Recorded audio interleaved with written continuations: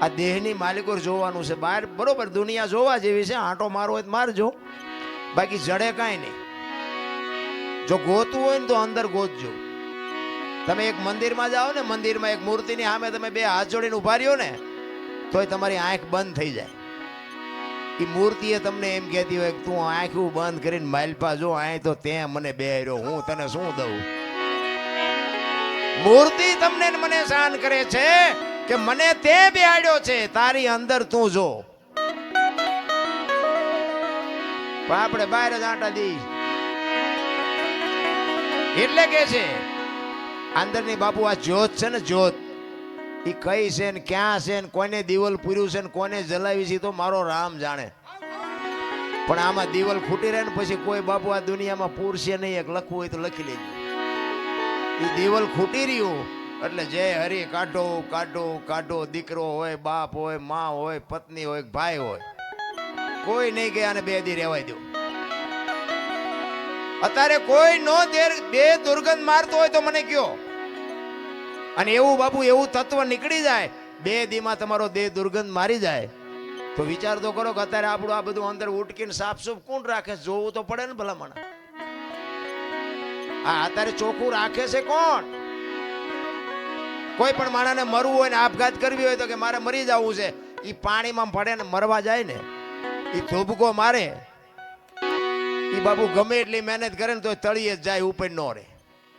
અને જીવ નીકળી જાય ને પછી પાણી નો હાંગરે ઉપર કાઢી નાખે તો બાપુ વજન તો એટલો ને એટલો હોય છે તો ઉપર કેમ આવતો રહેતો હોય છે? પછી આપણે કોઈ કહેતા કે હા મારે બેટી વાત થાય છે પણ કાંઈ ગોતો જ ખરા. પાણી રાખે નહીં. 3.5 મણની કાયા હોય, જીવતી હોય ત્યાં સુધી પાણી ઉપર ન રાખે, તળિયે જ લઈ જાય. અને એમાંથી એવું તત્વ નીકળી જાય 3.5 મણની જ કાયા હોય પણ તોય બાપુ ઉપર આવતી રહે. આનું કારણ શું?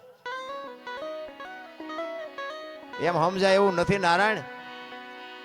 મને મારી ઓળખાણ હોવી જોઈએ, તમને તમારી ઓળખાણ હોવી જોઈએ તો મારો નાથ રાજી થાય. તમારો અને મારો આ છોડવો, તમારા ને મારા મા બાપ થી ના છોડવો વવાણો છે. આપણે આવ્યા ત્યારે વેચ નો હતો ને 5 ફૂટનો થયો, આના મૂળિયા ક્યાં? અરે જોવો મારા રામ, જિંદગી કાલ ખૂટી રહે. પેટ તો ભરવું પડે ને પુરુષાર્થ કરવો પડે. હું ધંધો કરું છું પણ બાપુ જીવનમાં માણસનો અવતાર મળ્યો છે. જો કરવાનું રહી જાય 84 લાખ યોની છે ને, એમાં પૈસા હાટું અને માયા હાટું બછોડા ભરતો હોય તો માણા એક જ. કોઈ કૂતરા કાગડા ભૂંડા કોઈ પૈસાની જરૂર નથી. અને કોઈ જીવ ભૂખ્યો રહેતો હોય તો મને કયો, અને માણાનું ભરાતું હોય તો મને કયો. કેટલી બધી ભૂખ કેટલી બધી ઉઘડી છે. તમે જોવો તો ખરા માણા કેટલી આમ ઓલા બળદિયાના નાકમાં નાથ નાખે ને કાંતે જોરા મૂકીને જમીન ઉખડાવીને પૈસા પેદા કરે. હાંડિયાની ગાડીઓ બનાવીને માલ ઢળાવીને પૈસા પેદા કરે. ઘોડાને લગામું નાખીને ડિસ્કો કરાવીને પૈસા પેદા કરે. સિંહ જેવા જનાવરને હળગતી રીંગું હોવારા કાઢે. બોલો સિંહ પાસે જવાય? ઈને મારી મારીને ઘો જેવા કરીને આમ હોવારા કાઢીને પૈસા કમાય. બોલો અરે એની ક્યાં વાત કરો? ગાયોના ને ભેહુના બસડા ને બાપુ દૂધ નો ધાવવા દીધું, વચ્ચેથી આપણે ખાઈને રૂપિયા બનાવવા માંડી ગયા.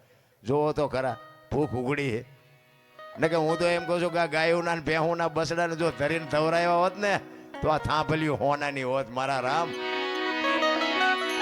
પણ અહીંથી લઈ લો, અહીંથી લઈ લો, અહીંથી લઈ લો. હું તો એમ કહું જાવ તાર લેતા જજો ને બીજા વાપરશે. કાંઈ છે જ નહીં નારાયણ. માણસ જન્મે દીધી 2-2.5 કિલોનો હોય, 80-100 વર્ષ જીવન મરી જાય ને શમશાનમાં લઈને હળગાવી નાખો અને રેખ્યા ભેળી કરીને જોકો એટલે 2-2.5 કિલો થયા તો અમથા ઠેકડા મારવાના છે.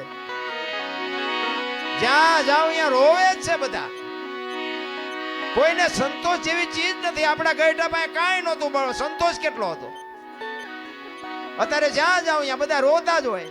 એક પાસે જાય કે ધાબુ ભરવું છૂટા નથી, બીજા પાસે જાય કે ડોબું વિયાણું દોવા નથી દેતું, બીજા પાસે જાય કે છોકરાને વહુ તેડી ગયા વેવાઈ મોકલતા નથી, બીજા પાસે જાવ કે છોકરાને પોલીસ વાળા લઈ ગયા જામીન ચડતા નથી. આપણને એમ થાય આપણે ક્યાં રોવું? આખી દુનિયા રોવે જ છે. હારી અખિલ બ્રહ્માંડના માલિકને મારે જોવે. દાસી જીવન રોવે, મીરા રોવે, નરસિંહ રોવે. હે મારા નાથ, તારી અનુભૂતિ કરવામાં માણાનો અવતાર અમારો ફોગટ વ્યો જાય. રોવા વાળા તો રોઈ રોઈને વિયાઈ ગયા ને તમને મને કઈક દેતા ગયા. પણ આપણે હવે વેજીટેબલ ના ગ્રાહક હોય ચોખ્ખું છે ને જીરવી શકે. અરે સંતોની બાબુ બલિહારી છે, ભલામણા સાધુ સંતોએ જે કર્યું છે ને. બાકી ભક્તિમાં છે ને દુનિયા દુખી તો કરવાની જ. ગોળ બંગાળનો રાજા ગોપીચંદ ને 92 લાખ માળવાનો ધણી ભરતરી બે દીક્ષા લીધી સાધુ બન્યા ને પછી બે જણા આમ નીકળ્યા અને શમશાનમાં પાણાના ઓશિકા કરીને બે હુતા હતા અને ત્યાંથી 2-3 બેનો નીકળી એટલે એક બેને બીજી બેનને કીધું કે ઓલા ગોપીચંદ ને ભરતરી કે આવડા તો કે હા તો કે છે ને અમને બધું છૂટી ગયું હજી પાણાના ઓશિકાની જરૂર તો પડે છે. ભરતરી ગોપીચંદ ને કે આ પાણાના ઓશિકા છે એ દુનિયા ન સારું લાગતું, 92 લાખ માળવો મૂક્યો પાણાને ગુઈડને શું કરવા છે?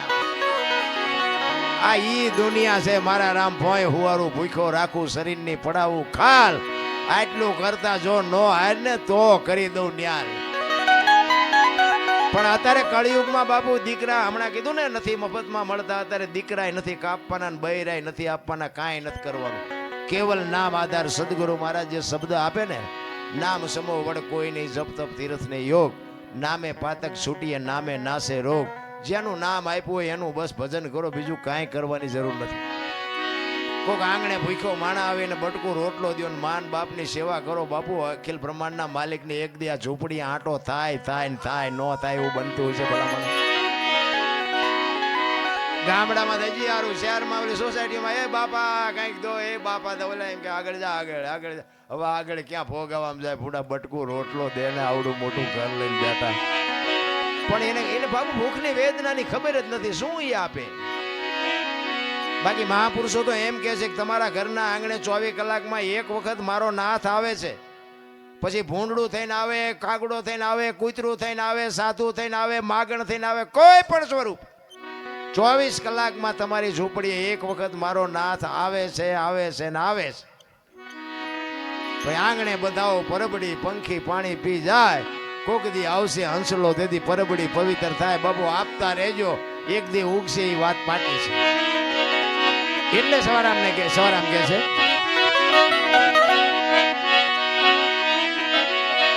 પદમ ખડકીમાં જાગીને જોયું જળહળ જળકે છે જો ચંદ્રભાણ જા ઉલટીને આવે તું તો ગગન મંડળમાં ચડી ગો. ગગન મંડળ છે ને મહાપુરુષો, તમારું મારું આ સરમસ્તક છે ને ગગન મંડળ કે છે.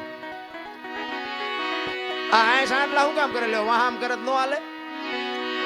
ગગન મંડળ છે ને અહીંયા આખા શરીરનું બાપુ સબસ્ટેશન અહીંયા આવે. શરીરની રચના બાપુ મહાપુરુષોએ જે સંશોધન કરીને તમને મને આપ્યું છે એની વાત છે. એટલે કે છે એ એવા ખાવન ખોળે ઈ ખેલું ખેલું રે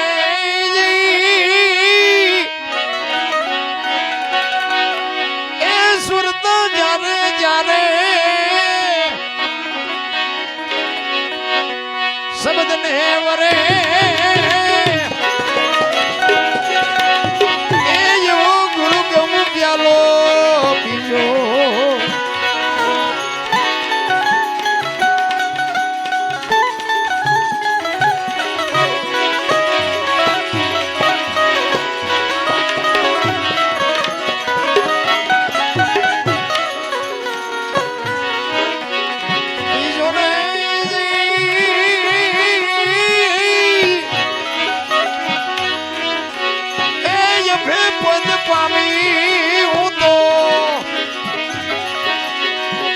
સદગુરુજી વડે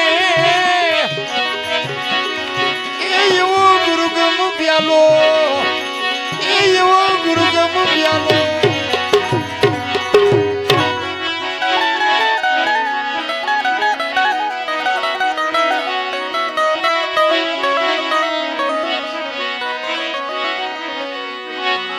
અરે તમારી મેર ખીલ નિરખાન પ્રેમે થયો પ્રકાશ સુકમણા નારી સંગ રમતા નથી પૂરી કરી દી મારી. સ્વર્ગ જોતું હોય ને તો આપણે મરી જવાય, કોકને મારે આપણને સ્વર્ગ ન મળે. જો મહાપુરુષો કહે છે બાપુ જીવનમાં તમારે મારે નામ ના જોતી હોય ને તો મહેનત કરવી પડે. કોકના ઝેર પીધા હોય ને તો બાપુ જગતમાં ચોપડે નામ ચડે, એમ નામ ન ચડે.